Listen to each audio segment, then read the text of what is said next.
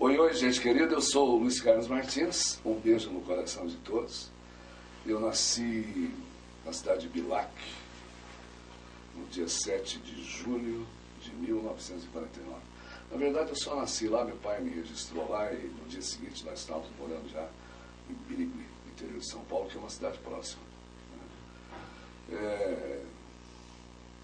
O rádio, na verdade, eu já nasci radialista, né, se for pensar. Eu já nasci radialista.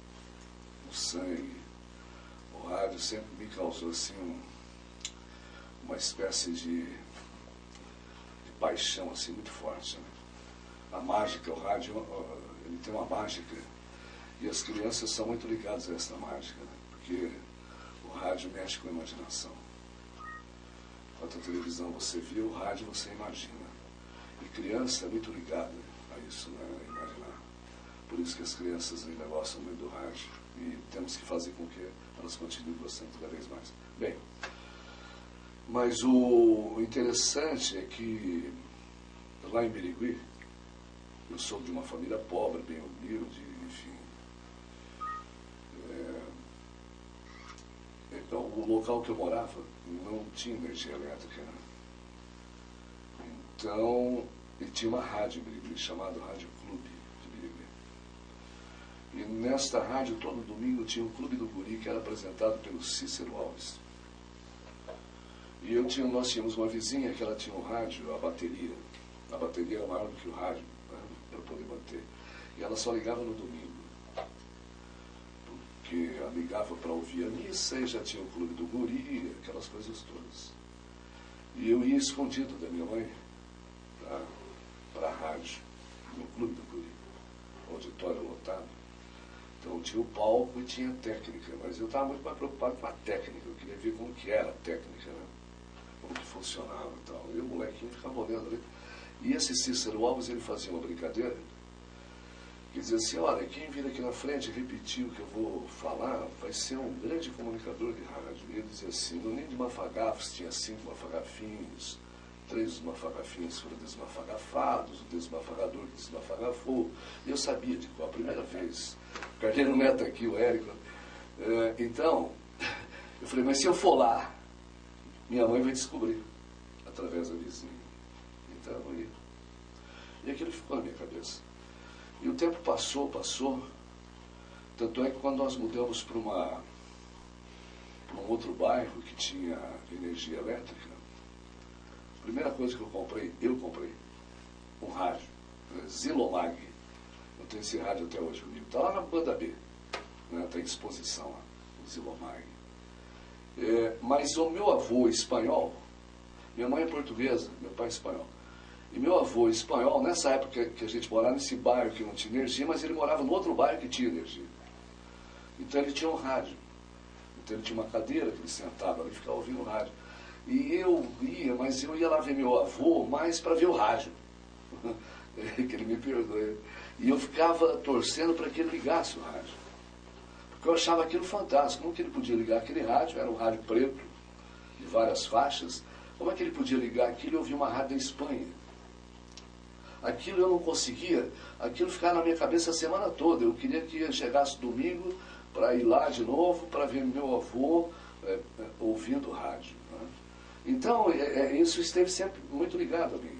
E aí passou um tempo, eu precisava trabalhar, estudar, e minha mãe sempre incentivando para que eu estudasse, eu e meus irmãos, e eu acreditei nela.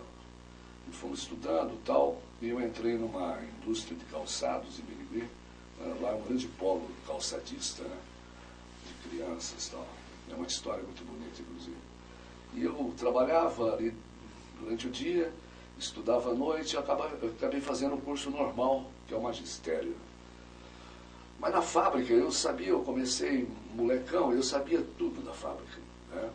Com certeza, se eu fico lá, eu seria um empresário do ramo de calçados, eu teria uma indústria nisso.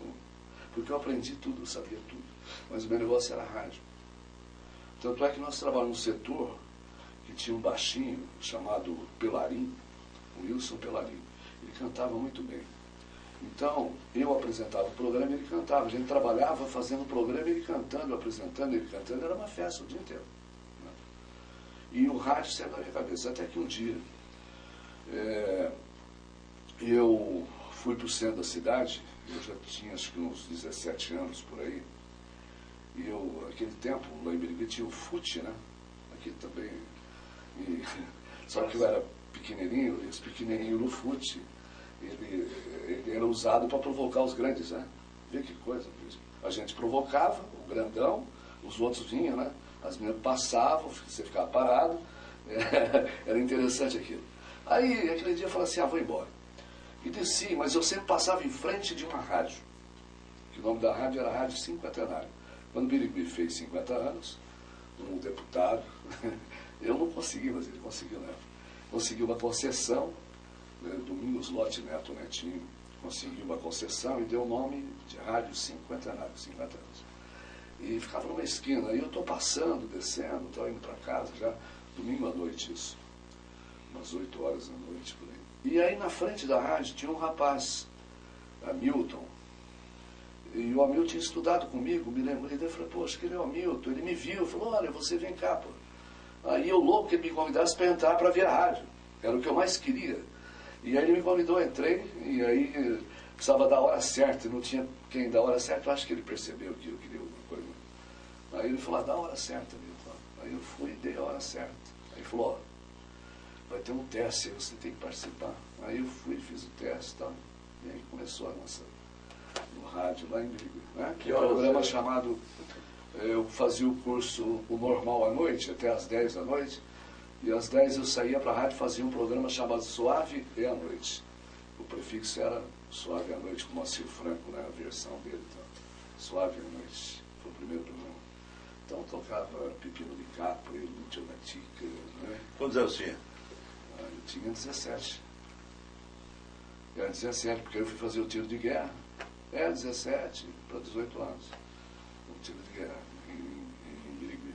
Né? E aí começou toda essa história do rádio.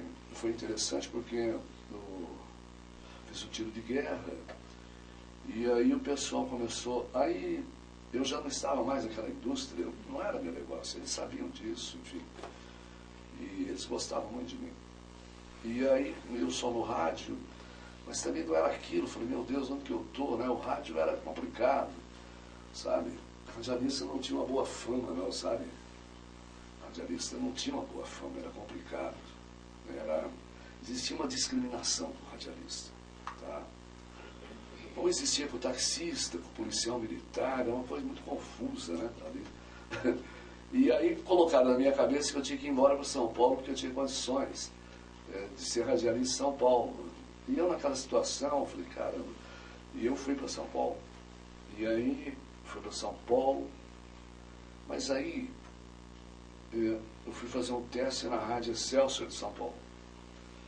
E tinha lá uns 50 para fazer teste, a maioria todo universitário. Eu falei, o que eu estou fazendo nesse meio aqui? Um caipirinha lá de Birigui e tal, né? Rádio Excelsior, né?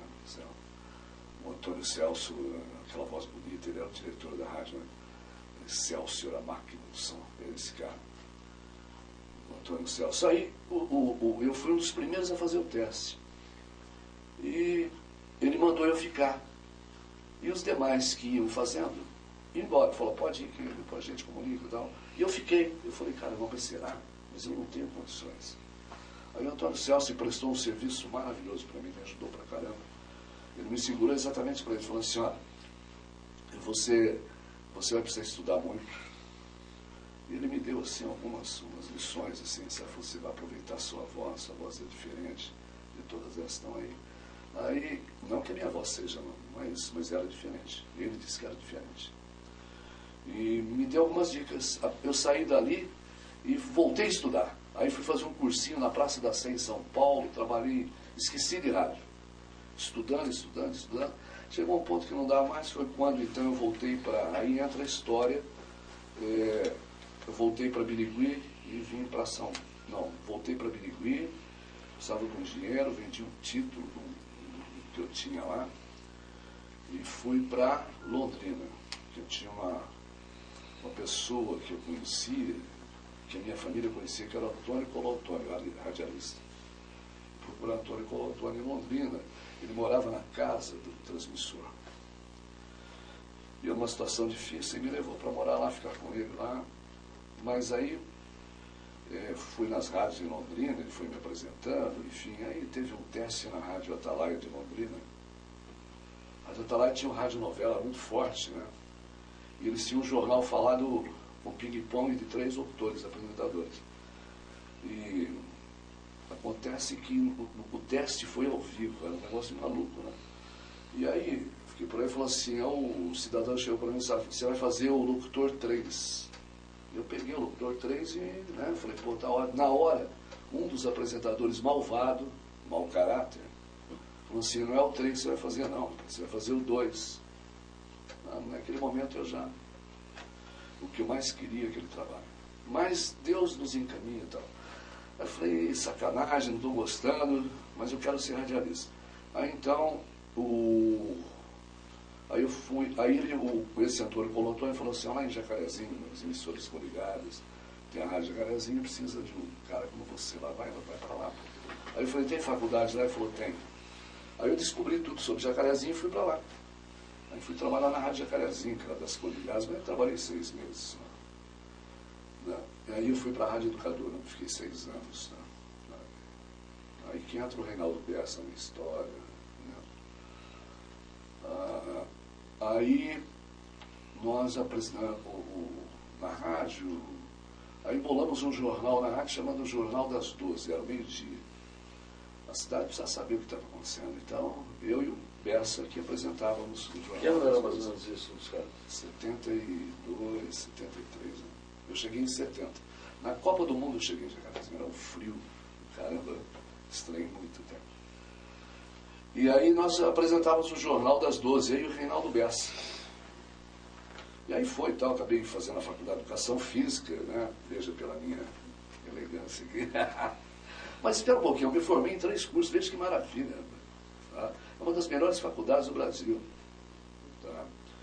E eu me formei como professor de Educação Física, me formei como técnico em voleibol e técnico em basquetebol. Tá? Então, nessa época, mas não era, porque eu queria fazer direito, só que não tinha o vestibular de direito, eu para não perder tempo, tá? Eu peguei e falei, vou fazer o vestibular de Educação Física, eu acabei passando aí, eu fui e terminei a faculdade. Como a faculdade era no período da tarde, eu trabalhava a manhã toda na rádio, ia para a faculdade e voltava a trabalhar à noite. Então eu, Reinaldo mais ligado à cultura, teatro. O Reinaldo lia muito, né? Lia muito. Ele passava a madrugada lendo. Você encontrava o Reinaldo. Eu até criei um gosto maior pela leitura, eu acho que foi por influência do Reinaldo, que não que ele falasse, é que eu via sempre o Reinaldo com um livro. Tá? E eu sabia, porque o pai dele me contava, né? Ele passava a madrugada lendo. Ele sempre foi muito antenado, muito discreto. Ele sempre foi muito discreto, mas muito antenado, né? Sabe? E eu comecei a pegar muito gosto pela leitura nessa época também. Tá? E aí eu me casei, enfim, aí começa toda uma história, sabe? E aí eu fiz aí o Bessa já estava em Curitiba. E aí eu fiz um concurso na Secretaria da Fazenda, fiscal de renda, e eu passei no concurso. E eu fui trabalhar, né, como fiscal de renda, radialista. Né? E aí, recém-casado, eu estava numa madrugada, num plantão, nós fazíamos plantão, ali na divisa com São Paulo, Paraná, no Belo Peixoto. Isso era 1h da manhã. Aí chegou um baixinho lá me procurando carro e tal. Era o Germano Coelho, que era um radialista famoso, diretor de rádio, das coligadas, ele era de Jaú, muito respeitado em São Paulo, e ele foi me procurar em Jacarezinho. Aí o pessoal me informou que eu tinha feito um concurso, estava trabalhando. Então. Falou, esse aqui não é para você, tal. Porra, o que é isso? Eu falei, não, olha, mas você vê, o salário aqui é ótimo, você vê minha condição, e era mesmo, ganhava-se muito bem. Ele falou, não, você nasceu para ser radialista, nós vamos pegar um desafio, vou mudar o seu jeito de fazer rádio. Foi ele que mudou. Ele mudou. O Germano Coelho. Ele falou assim, nós vamos para Marília, nós vamos botar uma nova programação na Rádio Dirceu de Marília. E eu aceitei o desafio. Deixei a Secretaria da Fazenda, eles me deram um mês ainda para pensar, então eu já estava em Marília trabalhando. E aí lá em Marília ele mudou meu estilo de fazer rádio, meu jeito, inclusive, de comunicar. Então. Ele me orientou muito esse Germano. Então eu comecei a fazer um programa lá, essa nova programação da Rádio Cedo de Marília, das 8 ao meio-dia. Aqui tem de tudo o nome do programa, era interessante. E aí surge o Oi Oi, né? Porque ele começou a observar que eu cumprimentava as pessoas falando assim, oi, oi, oi, oi, oi, oi. E um dia ele falou, não, você vai dizer isso, não é? Essa vai ser a sua. Você vai sempre dizer oi, oi. Você diz para todo mundo, pô. Aí ele falou assim, oi, oi, gente querida. Aí entrou gente querida, né? Então surgiu lá em Marília isso aí, do oi, oi, gente querida. Aí ele mudou, né? O meu jeito e tal. Mas como Marília sempre foi um centro de radialistas, os grandes nomes do rádio brasileiro passaram por Marília. Tá? Por Marília. E aí tinha um diretor da Rádio Tupi, preciso me lembrar o nome dele. Osmar Santos começou lá, né? Passou por lá, né? Todos eles. Fausto Canova, Humberto Marçal, todos os grandes nomes do rádio, os grandes nomes passaram por lá. Todos eles. Lá era entendeu? Era um caminho para ir para São Paulo. E todos sabiam que... É a Ponta Grossa deles. Isso, era a Ponta Grossa, exatamente. O que tem de radialista que surgiu de Ponta Grossa? De Ponta Grossa, Só radialista? Bom, nós somos meio, né? E vem Rio Negro também. Rio Negro também. E aí esse diretor da Rádio Tupi foi visitar a mãe dele. E a mãe dele era minha ouvinte, tá? E aí não falou nada para a mãe e foi lá na rádio falar comigo. Falou assim, não, você vai para São Paulo. Pô, era o que eu mais queria. Para a Rádio Tupi, né, de São Paulo. Aí eu fui para São Paulo. Ele me colocou num hotel lá, 5 estrelas. Nunca tinha ficado num hotel tão bonito aqui. Entendeu? Toda mordomia, enfim. Aí na Rádio Tupi, no Sumaré. E aí comecei a frequentar a Rádio Tupi ali, estava se acertando. Aí Humberto Mesquita, aquele jornalista Humberto Mesquita, muito famoso, eu acho que ele gostou de mim, meu jeito caipira e tal. Ele me convidou para almoçar no restaurante da Tupi. Um dia, 2 dias, na terceira vez ele falou assim, oh, menino, ele descobriu que eu era recém-casado, então ele falou assim, oh, vai explodir. Eu falei, mas como vai explodir? Ele me contou que ia explodir. Ele tinha toda a razão, eu acreditei nele. Peguei, não avisei ninguém. Né? Só assinei um documento do hotel que ele estava. Né? Peguei o ônibus e voltei para Jacarezinho. Acreditei no Humberto Mesquita, ele tinha toda a razão. E aí, aí então eu falei, o que eu vou fazer? Aí eu peguei e liguei para o Reinaldo Bessa. Aqui em Curitiba, ele estava na Rádio Clube, junto com o Carneiro Neto. Aí começa toda a história, ele falou para eu vir para cá. Que ano foi isso?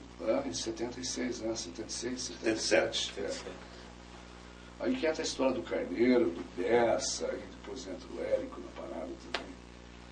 E outros, o Paulo Roberti, né, que Deus o tem, senão ele estaria hoje aqui também. Né? O Reinaldo Bessa chegou antes de você, né? Antes. Há pouco tempo antes, né? Pouco tempo antes. E o Reinaldo, você conheceu o Reinaldo através do Haroldo Murat. Né? O Haroldo eu usava o Haroldo Murat quando eu dirigia a Rádio Clube para a produção de programa.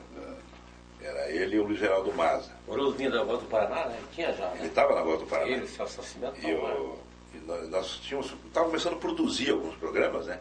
Para melhorar o nível da programação da Rádio Clube. E como era uma emissora católica, pertencia à Fundação Nossa Senhora do Rossio, nós precisávamos de um comunicador que tivesse uma identidade, assim, com um público religioso, católico, no caso. E foi onde entrou o Luiz Carlos Martins. O Luiz Carlos, eu gostaria que você contasse a tua estreia naquela notícia lá do prefeito, né, o Saul Raiz, a estreia que nós lançamos dele. O Luiz Alfredo Malucelli era o diretor comercial da emissora. E o Malu negociava a programação, vendia o patrocínio. Ele e o Aldinho, né? E ele conseguiu uma verba da prefeitura para anunciar um grande investimento em Curitiba, né? E eu disse, Luiz Carlos Martins, é a tua oportunidade. Como é que foi daí? Não, mas aí não tinha a história do Ney Braga? Sim, Ney Braga. Então é o seguinte, mas antes disso aí... Ney Braga era Aí governador. o Reinaldo Bessa falou, vem pra cá, tal, aqui não é fácil, não, mas... Como o Reinaldo trabalhava na clube, né? Estava ali com o Carneiro e tal. E o Carneiro foi inteligente na época, porque o que queria fazer com a Rádio Clube? Pô, a Rádio Atalaia, né? Era música, independência. Aí o Carneiro tinha lá, ele colocou música, era música, né? Eu coloquei música uns meses para dar uma pasteurizada na rádio, para lançar uma programação. Isso, né? aí, e eu cheguei nesse momento aí, o Reinaldo Bessa, então eu fazia meu ponto ali, né? Então o Reinaldo ia comigo nas outras rádios, né? Rádio Universo, não sei e tal, e falava assim, olha, esse é o Luiz Carlos Martins. O Reinaldo com aquele jeito recatado dele, né? Porque ele é recatado, né? Ele era ligado ao teatro aqui, né? Muito ao teatro, exatamente, muito ligado ao teatro. Aí o Reinaldo ia comigo e tal, e aqui, mas não tinha jeito. E na Rádio Clube, eu por ali. E aí eu sentava na Rua das Flores ali, ficava ali sentado e tal. Tem um texto que eu escrevi.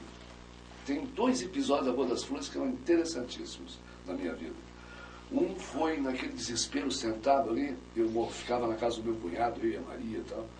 E eu comecei a ver as pessoas indo para lá e para cá. Eu falei assim, caramba, né?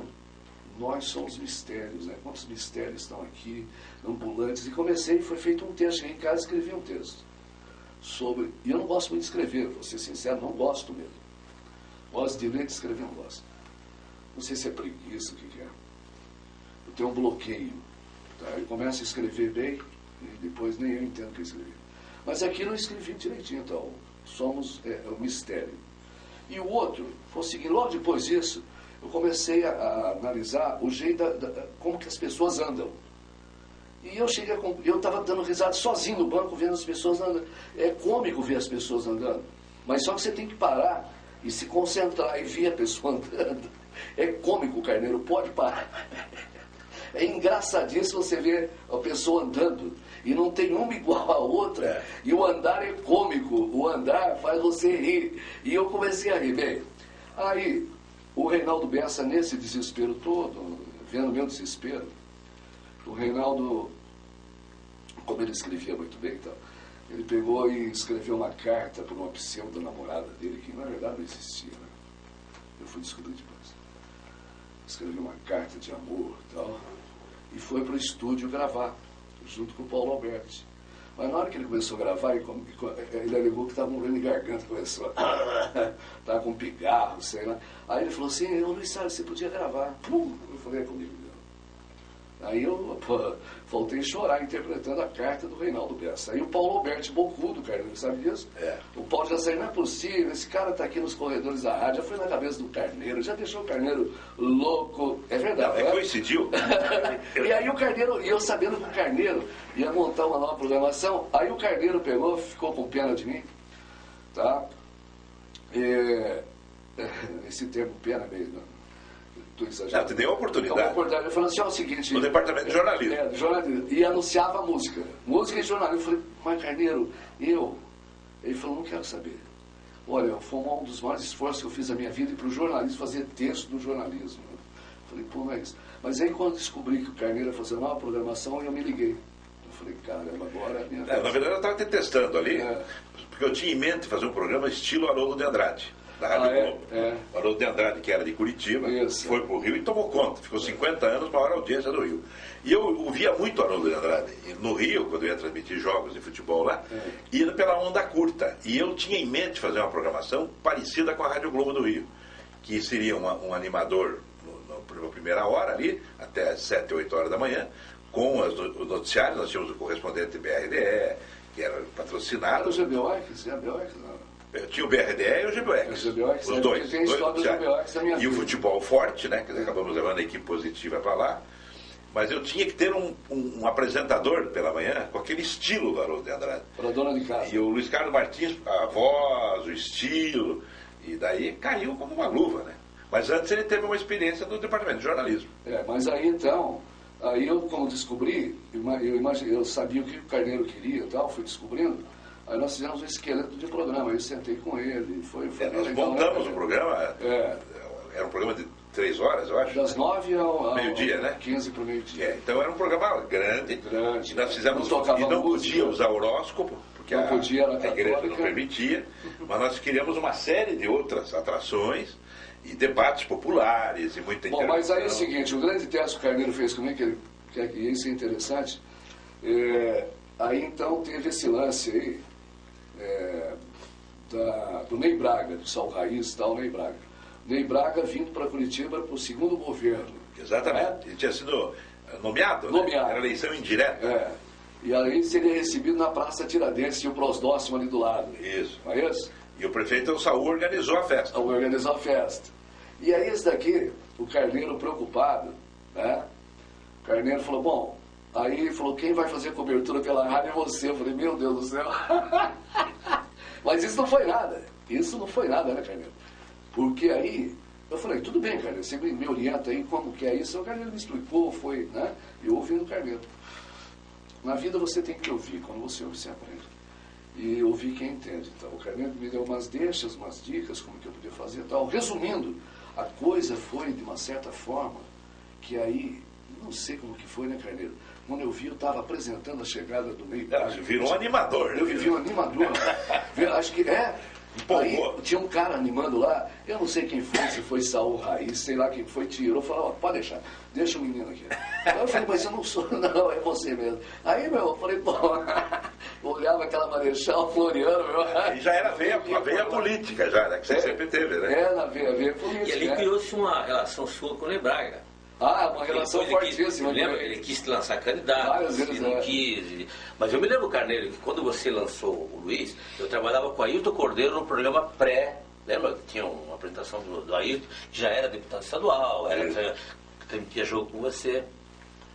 Mas O que me causava curiosidade no Luiz, eu chegava de manhã com o Ailton também, eu trabalhava lá na Federação Agista, Senac e tal, e o que me chamava a atenção é que quando ele ia pro estúdio, lembra? Ele ia com os dois braços, assim, carregando o livro, lembra? A Bíblia, o livro de orações, e a revista... Vivia com livro. Livro e revista, lembra? Revista de... Não, mas é que ele fazia aquelas notícias de televisão, novela, fofoquinha. Não, então aí o Carneiro, isso é bom, eu preciso deixar registrado para, né? Porque diz que eu falo muito no Carneiro, no Reinaldo Bessa, então quando tenho chance eu falo mesmo. Sabe que você não pode esquecer suas raízes, né, Carneiro? Então, muitas vezes você até repete, mas sabe, é preciso. Só me permita dizer o nome do advogado, profissional de Curitiba, muito famoso, ele viaja muito. E quando ele está aqui, toda segunda-feira, ele vai na oficina mecânica tomar chimarrão com os mecânicos. E aí um colega perguntou para ele, por que você faz isso? Ele falou assim, sabe o que é?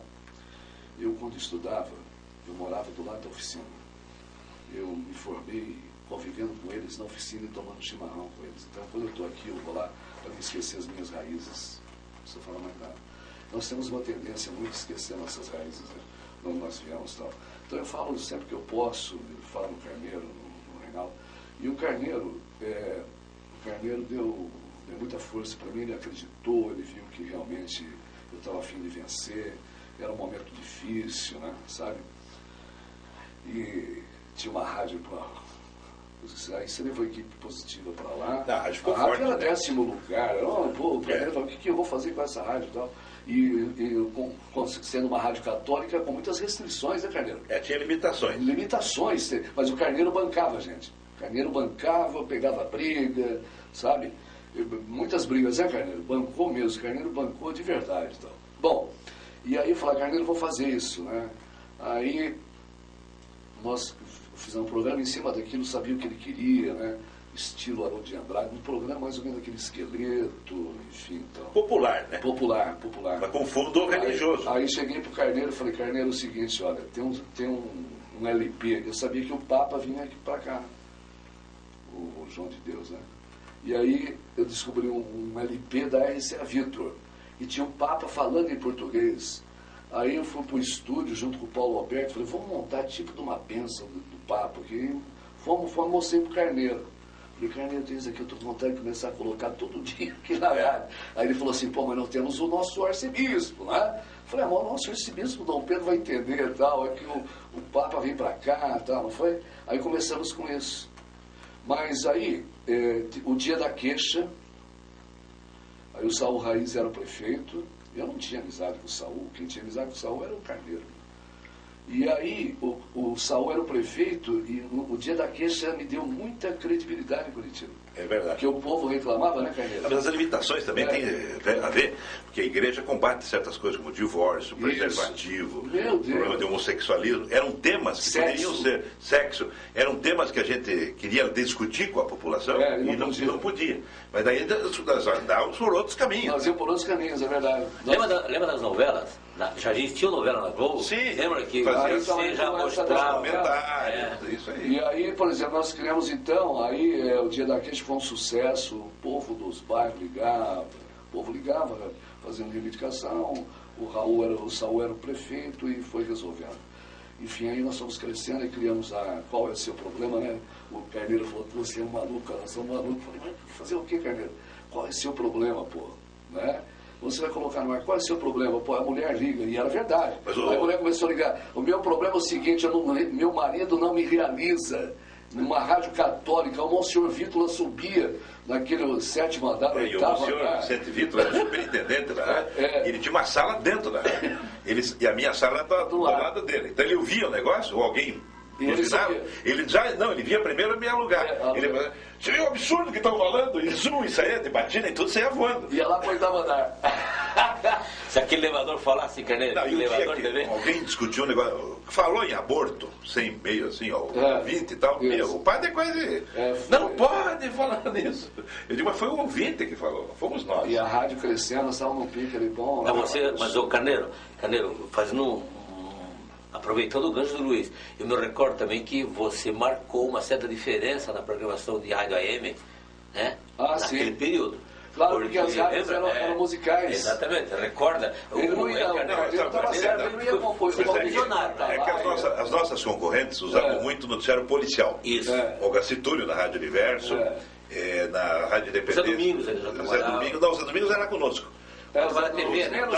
O Zé fazia o policial, mas antes do Luiz. Até 7 horas da manhã. Depois entrava no noticioso e depois o programa do Luiz. Então o povo está meio cansado daquele assunto policial. E daí não, entrou uma mensagem do Luiz, uma coisa bonita. Música, oração pra cima, orações, momento de reflexão, palavras de consolo. O povo precisando de apoio. O livrinho da vida, eu lembro que ele já lia alguma coisa quando as pessoas tinham problema, ele buscava essa solução, né? Ele abriu, vamos ver o que diz aqui. Depois a gente linkou a programação com o futebol, entrava meio-dia, um programa forte de futebol. À tarde vinha uma programação musical, mas também com bastante informação, e fechava com o futebol. Então o futebol era o gancho. O futebol às 11 da noite, né? Era o Luiz Carlos Martins e o futebol, que é hoje, é o grande segredo da Rádio Banda B, que é a rádio do Luiz Carlos Martins. Mas hoje você tem um jornalismo que é muito forte. Né? Mas nós tínhamos um jornalismo bom. Agora, a rádio no programa ainda, é bom a gente lembrar disso, Carneiro. Em que ano nós estamos, Luiz Carlos? Vamos nos atualizar. 78, 77, 78, 79. Um pouquinho mais, que o Ney Braga assumiu 78. 18 anos mas o Ney veio anunciar que ia ser. Você no rádio, 18 anos de televisão. Mas você ficou 78. E aí que entra a televisão na história. Que foi o seguinte, aí o Carneiro trouxe a equipe positiva, tinha o programa esportivo ao meio-dia. E antes do programa esportivo tinha um correspondente GBUX, que era apresentado pelo Armando de Carvalho. O Armando Carvalho trabalhava também no Canal 12, na Globo aqui. Era locutor da televisão. Isso, E apresentava o correspondente GBUX, 15 para o meio-dia, 10 para o meio-dia. E aí entrava a equipe esportiva. Programa esportivo ali muito forte, a audiência, né, galera? Muito. E aí o seguinte, veja como que as coisas acontecem.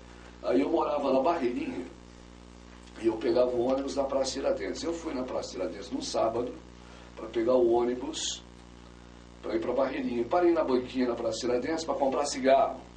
E aí eu vi uma revista lá, Amiga, né? E o ônibus está demorando, eu comecei a folhear a Amiga, tá?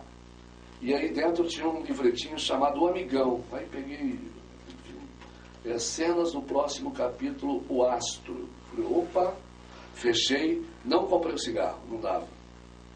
Devolvi o cigarro, comprou a revista, peguei a revista e levei para casa. E passei o final de semana todinho pensando, como que eu vou fazer? essa novela é um maior sucesso, todo mundo assiste e tal. Eu vou chegar na rádio de manhã assim, já vou começar o programa, falar assim, hoje no final do programa. Tinha que ser no final, por quê? Porque aí os homens estavam ligando a rádio, no caso do programa esportivo. Eles iam ouvir e iam contar para as mulheres. Eu sei o que vai acontecer nessa novela. Então. Aí eu cheguei de manhã e já comecei, no final do programa eu vou contar o que vai acontecer na novela O Astro hoje à noite. Sabe o que é? Eu tenho um pouco, né? É. E fui. E aquela expectativa toda, o Carneiro sabe porque eu contei para ele. De onde que eu tinha tirado, mas não podia contar para ninguém. Porque a história é que eu tinha um amigo na Globo, no Rio de Janeiro, e esse meu amigo me passava todo dia. Todo mundo.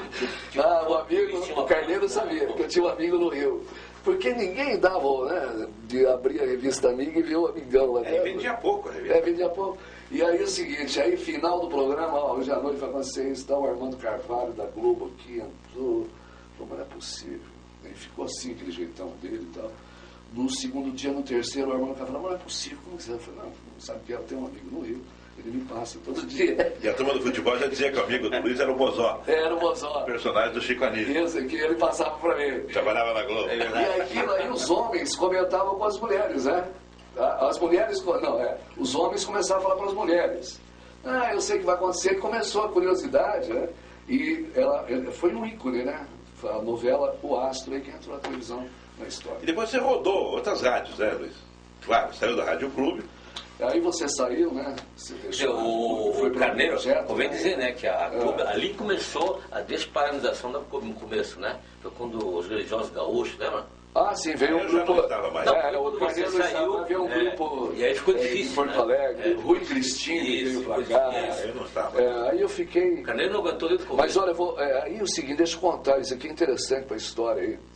Na época da Rádio Clube, então os radialistas eram todos amigos do Carneiro. O Carneiro abriu muitas portas para mim, me apresentou muita gente, né?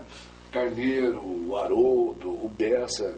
Eu conheci muita gente através. O Carneiro me levava nos lugares, me apresentava pessoas onde eu podia crescer, né, Carneiro? Lembra? E aí eu morar na Barreirinha, aí uma loucura, não tinha carro, ele dava um jeito de alguém me levar e tal, né? Eu sei que eu participava sempre, né? Desses eventos do Carneiro e tal.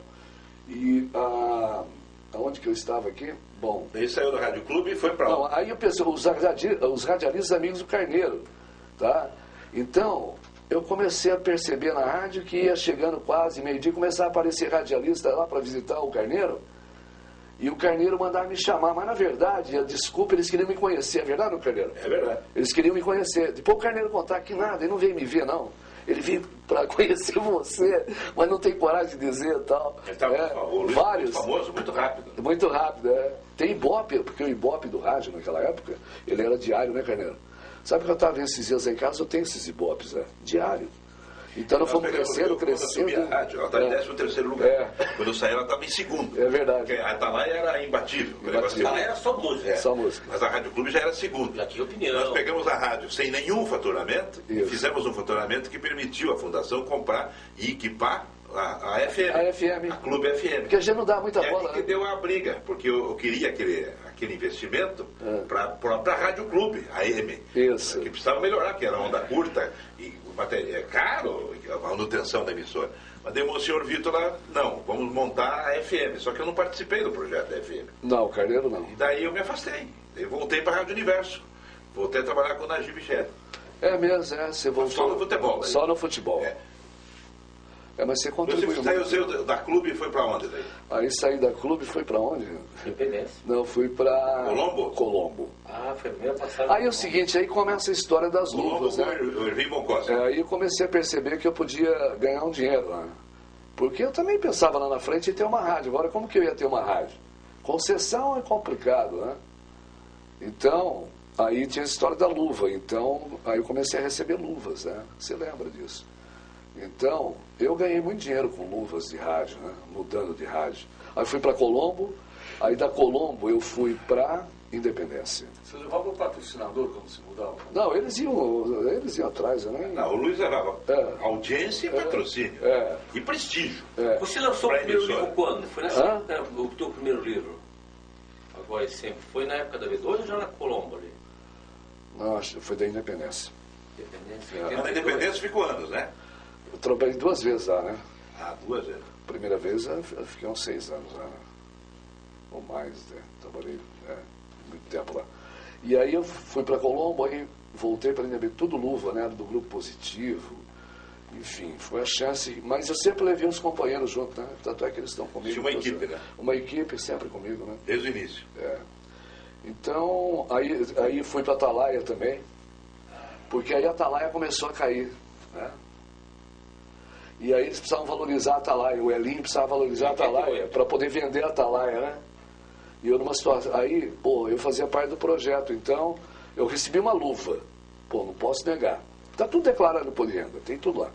Seguinte, aí a Atalaia já estava caindo. Então ele voltou com Aconteceu, de manhãzinha, Aconteceu, tal. E a música da Atalaia, aquele ritmo deles. Aí o Elinho, muito esperto, falou, pô, se eu trago o Luiz agora, eu dou uma reforçada, ele anda depois do Aconteceu, continuamos com a música Atalaia. Você está no futebol também, né? Mas alguma coisa assim, foi isso. Fernando César. Mas aí ele já estava O pai dele. Aí ele já estava em negociação com o bispo, ninguém sabia, né? com o Edir Macedo. Ele subiu a rádio para poder vender. Subiu, a rádio cresceu, ele foi e faturou, vendeu para o Edir Macedo. E daí? Eu, católico e tal, não tem nada contra, cada um tem a sua religião, eu respeito a todos, tá? Mas e daí não... Eu tinha minhas orações no programa, como que eu ia fazer e tal? Aí eu fiquei encurralado, eu ia para onde, né? Para onde que eu ia? Onde que eu ia trabalhar? Não tinha onde trabalhar. Ficou complicado a minha situação. Ou ir embora para São Paulo, de novo. Né? Mas eu assisti, Luiz, a conversa sua. Mas aí o seguinte... Marcos da Rádio Capital de São Paulo. Você realmente teve por um triz para ir para São Paulo. Numa das vezes que eu fui em São Paulo, o Érico foi comigo. Com o Max, né? O Paulo Max. Quase, né? Acertamos. Mas eu ia embora de avião, voltava, sobrevoava Curitiba, falava assim, não vou embora, vou ficar aqui. Então aí, Carneiro, essa história da Atalaia foi interessante. Não tem nada contra o pessoal. Falei, pô, não estou encurralado, o pastor querendo me correr. Esse João Batista, sabe o João Batista? Do avião, Brasília, sabe? Do dinheiro. Esse é o João Batista que veio para cá. A importância que eles deram a Curitiba na época, que o Edir Macedo, ele é inteligente, ele é um homem muito inteligente. Ele mandou o João Batista para cá. O João Batista também é inteligentíssimo, cara, pô, de uma visão, né? E o João Batista, ele entendia que ele ia me converter, tá? Eu falei, pô, mas será que ele está pensando que ele vai me converter? Não é assim, pô, conversão é uma coisa refletida, né, pensada e tal. Eu falei, o que eu vou fazer, pô? E daí, eu falei, Paulo Alberto, você vai mantendo contato com ele, vai dizendo para ele que você está bravo comigo, que estou mudando a minha cara, que ele está mudando a minha cabeça, que você está louco da vida comigo, e o Paulo foi fazendo para eu ganhar tempo. Né? Até eu conseguir um lugar para trabalhar. E aí eu não falava nada, quietinho e tal. E aí quando eu decidi, eu avisei todos os meus amigos, avisei todo mundo e tal. Aí no dia de manhã, eu sempre chego cedo na rádio, o programa começa às 8, chego 7 e pouquinho, eu estou na rádio. E aí naquele dia eu não chegava tudo. E meus amigos, carro em frente da rádio, né? Nossa, aqui estava uma loucura, imprensa, jornal Estado de São Paulo, Folha de São Paulo, Globo, tá todo mundo. Televisão, todo mundo. Para ver a tua conversão? Para ver o que eu ia fazer, rapaz. Ele anunciou que ia tomar uma decisão. Que eu ia tomar uma decisão. Chuta Santinho ou não chuta? Era quase isso. Que eu ia tomar uma decisão. Eles não sabiam. Mas é verdade, eu tenho tudo isso. Eu recebi manifestações do Brasil inteiro. E chega na hora, tá, eu só pedi, ele falou assim, olha, quero pedir, pastor João Batista na terra, pastor, não tire a rádio do ar. Não tire. Pela sua honra, pela honra da sua, pela certeza da sua fé, não tire a rádio do ar. Porque se o senhor quiser, o senhor tira. Tá? Quero comunicar aos ouvintes que numa boa. Um abraço, até logo. Você despediu. Mas em pleno ar, assim, saiu com... E voltou para a Independência? Não. Aí nem sei para onde eu fui. Para a Rádio Colombo. Esse empresarial. Aí foi empresarial. E já estava na política ou não ainda? Não estava, né? Não, era quando eu fui para Colombo... Não, quando foi para Colombo, o esquema... Mudou de partido. Era para eu ser o candidato a prefeito. De Curitiba? Pelo PTB. Mas o Ervin era do PTB. Mas aí eu nem pensava essa questão de ser prefeito, porque por causa da eleição de 86, que eu fiz aquela, fui o mais votado e tal. Para vereador? Não, 80 para deputado. Fui o mais votado. Você foi vereador? Vereador, sim. Aí em 88 fui vereador. Foi mais votado. Mais votado. Aí o seguinte, aí o esquema, todo o projeto era... Aí eu fui descobrir, era para eu ser o candidato a prefeito pelo PTB. Tá? E aí fizeram reunião, a primeira reunião que fizeram comigo foi na casa do Erondir Silvério, aqui em cima, num apartamento, na Vicente Machado. Depois, a segunda reunião no apartamento do Afonso Camargo, também por ali, na Vicente Machado. Que ali se cogitou, inclusive, da gente ir para Ouro Verde. É isso, aí começou... O Afonso não é PTB, né? Não era, o Afonso estava no meio. E o Afonso não, por causa do Palmeirindos. Aí o seguinte, aí o Zé Eduardo, aí teve uma reunião, me lembro, porque o Enéas era o candidato do PTB, né? E aí levaram o Enéas a essa reunião no Palácio Avenida, com o Zé Eduardo, com todos, e aí o Enéas disse para mim, ele abria a mão, tal, que não tinha problema, e que eu ia ser o prefeito de Curitiba. Aí o que o Ervin fez? Imagina, né? Não deixou? Não, ele tirava a rádio de 5 minutos do ar e foi tirando. Aí eu tive que sair. Esvaziou a candidatura. Em 88, depois acabou o Jaime saindo no famoso... Os 12 dias. Né? Em 88, que eu tinha ligação com o Jaime, ele estava com o Maurício Fruit. Todos tiraram a candidatura e o Jaime ganhou do Maurício Fruit.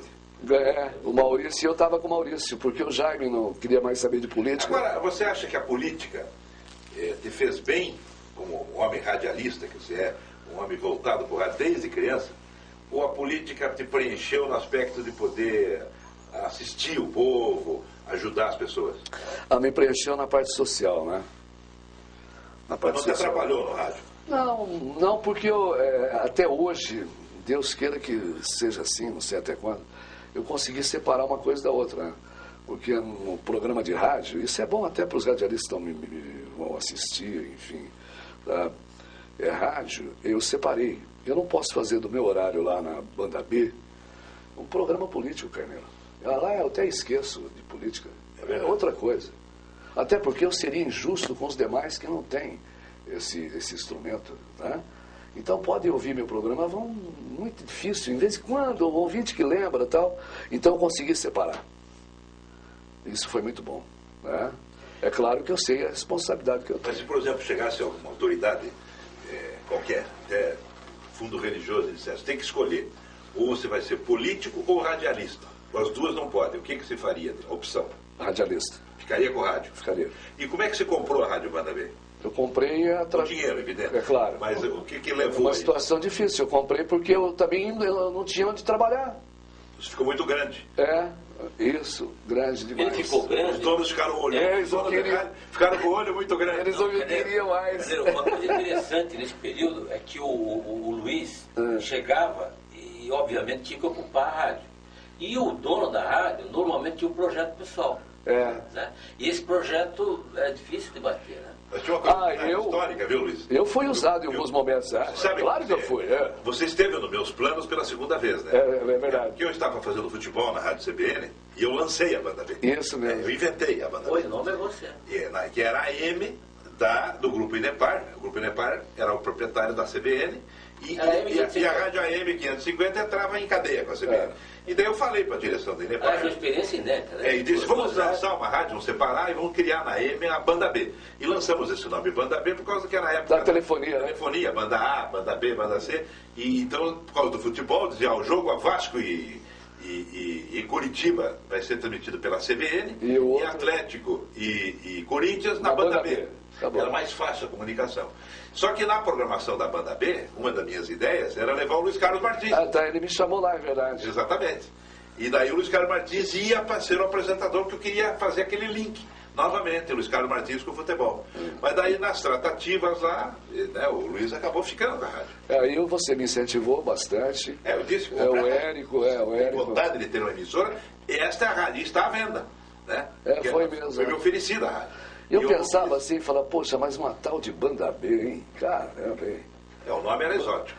Banda B e tal. Comecei a pensar, falei, poxa, mas Eu amo Curitiba, tá? E hoje eu amo a Banda B. E o nome foi bom, né, Luiz? Claro que foi. É, claro. Já. É 10 anos, Banda B, diferente. Você sabe, Carneiro, só uma coisa rápida. Essa formação do Luiz, assim, desde pequeno, gostando de rádio, conhecendo a rádio, digamos, o âmago, e o esforço que você fazia na B2, que foi a primeira rádio quando chegou, eu assisti dali para frente, eu notei uma coisa interessante do Luiz. Quando ele ia para um prefixo novo, mudava de veículo, e principalmente quando comprou a Banda B, tá? Eu achava interessante que o Luiz, diferente de todos que eu conhecia, ele ia no equipamento. É interessante, cara. Enquanto os outros queriam saber se, a cadeira, como é que é o nome e tal, o Luiz queria saber, não. Ele chegava, dava um toque na mesa. Lembra da famosa nossa mesa da banda B2? Ele batia, às vezes caiu o som e tal, né? Ele olhava a mesa, batia, queria saber o transmissor. Queria saber o transmissor. Mas isso ele tinha desde criança. E isso foi uma coisa que eu achei interessante, quer dizer, eu lembro da Banda B, o Luiz foi atrás disso. E a segunda elemento que ele falou de política, eu testemunhei vários depoimentos em que ele realmente abdicou de alguns projetos políticos vantajosos, bons, para cuidar do senhor radialista. Nós estamos nos aproximando do final. Eu gostaria de saber o seguinte, qual é a mensagem que você deixa para os radialistas, para as pessoas que têm amor pelo rádio, com toda essa grande experiência que você teve, e se você se realizou, afinal, profissionalmente, pessoalmente, na profissão do rádio? Dois tipos, né? Aqueles que estão iniciando, como se iniciou anos atrás, e aqueles que já têm uma certa experiência, mas uma certa, talvez, tem decisão no rádio atual, já mais adulto. Eu começaria tudo de novo, do mesmo jeito. Né? Mas é a mensagem. Somente com professores, a mensagem é a seguinte: a mensagem que eu digo é o seguinte, que vale no rádio hoje, mais do que nunca, é conteúdo. Se você pegar conteúdo, tá? Quem tiver conteúdo vai sobreviver, quem não tiver. Porque aí você fala, bom, eu, Luiz Carlos Martins, não preciso de uma rádio com transmissor e tal. Vou fazer minha rádio em casa pela internet, né? Então, quando eu falo conteúdo, eu pego esse telefone aqui, eu não sei se aqui dentro eu vou, mas eu devo sintonizar. Eu vou sintonizar a Banda B aqui, posso ter em qualquer lugar do mundo, tá? Banda B. Eu posso estar dentro de um avião. Isso aqui, o nome já diz tudo. Isso aqui não depende de transmissor. Então, é aqui na 1ª de maio. Não depende de transmissor. Na 1ª de maio, sei onde é. É o futuro, só que tem que ter conteúdo. Não adianta só eu aqui. Tem que ter eu, o Carneiro Neto, o Érico Ribas, o Pedro Paulo, entendeu? Tem que ter conteúdo, tá? Certo? Você imagina o que vai acontecer? O governo agora, preocupado com a banda larga, o que na verdade o governo quer e o que o presidente quer, é que todos tenham internet no celular. Tem acesso. Acesso. Informação. Então, você bateu aqui, pegou. Conteúdo. Se não tiver conteúdo, mais do que nunca. Agora, aqueles que sobreviveram e aqueles que fizeram sucesso no rádio, como o Carneiro e tantos outros, é porque tiveram conteúdo próprio. Foram atrás, se alimentaram. Porque como é que você vai comunicar aquilo que você não sabe? Agora, quando você investe, então, em produção, em profissionais, os profissionais, gente que gosta daquilo que faz, né? Você tem que ter uma rede ali, né? É uma cadeia, né? Sabe? De bons programas, de bons comunicadores e, principalmente, o que eu diria para os radialistas é discernimento e se preparar. Se preencher, buscar conteúdo para ele. E interação com o ouvinte, né? Porque tudo ia acabar com o rádio, né? O fax ia acabar com o rádio, o celular ia acabar com o rádio, a televisão ia acabar com o rádio, a internet ia acabar com o rádio. Quem que é o grande parceiro da internet hoje? Quem é? É o rádio. Ele vai ser sempre o grande parceiro, porque ele continua com essa magia, né? Aqui não, as pessoas estão me vendo no rádio, elas imaginam como eu sou, não é? Como eu estou. Eu sei, mais ou menos isso, que continuem apaixonados pelo rádio, acreditem no rádio, né? Lutem pelo rádio. Esse veículo é fantástico. No final, alguns nomes, você falou Rádio Independência, Rádio Colombo, a Clube mesmo.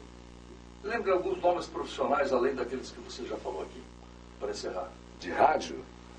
Diretores de rádio, atores. Ah, sim, Gilberto Fontoura, né?